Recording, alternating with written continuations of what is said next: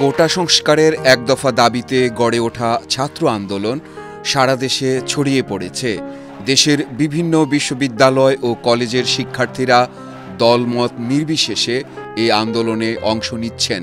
কোটা সংস্কারের দাবিতে টানা ক্লাস পরীক্ষা বর্জন করে লাগাতার কর্মসূচি চলছে। প্রায় প্রতিদিন আন্দোলনের প্রতিটি কর্মসূচিতে বিপুল সংখ্যক ছাত্রছাত্রীর অংশগ্রহণ বাড়ছে। বৈষম্য বিরোধী ছাত্র আন্দোলন ব্যানারে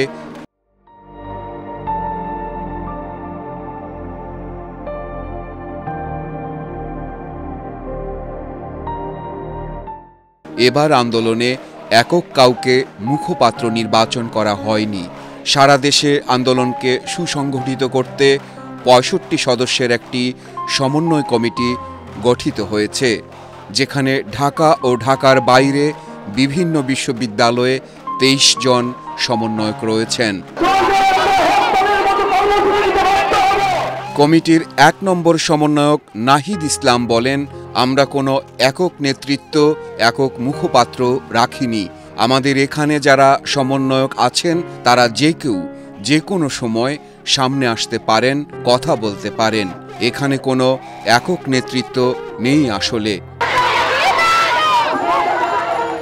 এদিকে বিভিন্ন বিশ্ববিদ্যালয়ের সাধারণ শিক্ষার্থীরা নিজেরাই কোটা বিরোধী পোস্টার, প্লেকার্ড ও ব্যানার ছাপিয়ে আন্দোলনে শরিক হয়েছেন।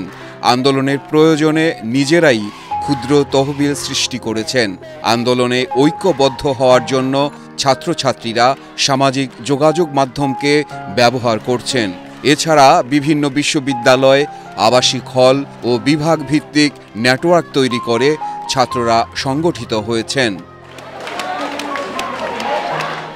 কোটা বিরোধী আন্দোলনের প্রথম দিকে ছাত্রীদের উপস্থিতি কম দেখা গেলেও এখন ঢাকায় দলে দলে তাদের মিছিল সমাবেশে অংশ নিতে দেখা যায়। মেয়েরা নারী কোটা চাই না এমন স্লোগান সম্বলিত পোস্টার লিখে মিছিলে যোগ দিচ্ছেন। কোটা সংস্কারের দাবিতে ১২ জুলাই ২০২৪ শুক্রবার আন্দোলনকারীরা রাজধানীর শাহবাগ মোড় অবরোধ করেছেন। শুক্রবার বিকেল ৫টা ২০ মিনিটে তারা শাহবাগ মোড়ে অবস্থান নেন। কোটা বৈষম্য নিরসনে এক দফা দাবিসহ সারা দেশের বিভিন্ন স্থানে বাংলা ব্লকের কর্মসূচিতে হামলার প্রতিবাদ ও বিচারের দাবিতে আজ এই বিক্ষোভ মিছিল ও সমাবেশ কর্মসূচি ছিল। তবে ঢাকা বিশ্ববিদ্যালয় ক্যাম্পাসের বিক্ষোভ কর্মসূচি থেকে শাহবাগ মোড় অবরোধ করা হয়। সড়ক অবরোধ করে নানা স্লোগান দেন আন্দোলনকারীরা। শাহবাগের মেট্রো রেল স্টেশনের নিচে ব্যারিকেড দিয়ে অবস্থান করছিল বিপুল সংখ্যক পুলিশ। তবে তারা আন্দোলনকারীদের বাধা দেয়নি। শিক্ষার্থীদের অবরোধে শাহবাগ দিয়ে প্রায় সব ধরনের যান চলাচল বন্ধ হয়ে যায়। তবে তারা আন্দোলনকারীদের বাধা দেয়নি। আন্দোলনরত শিক্ষার্থীরা বলছেন, দাবি পূরণ না হওয়া পর্যন্ত তাদের এই আন্দোলন চলবে।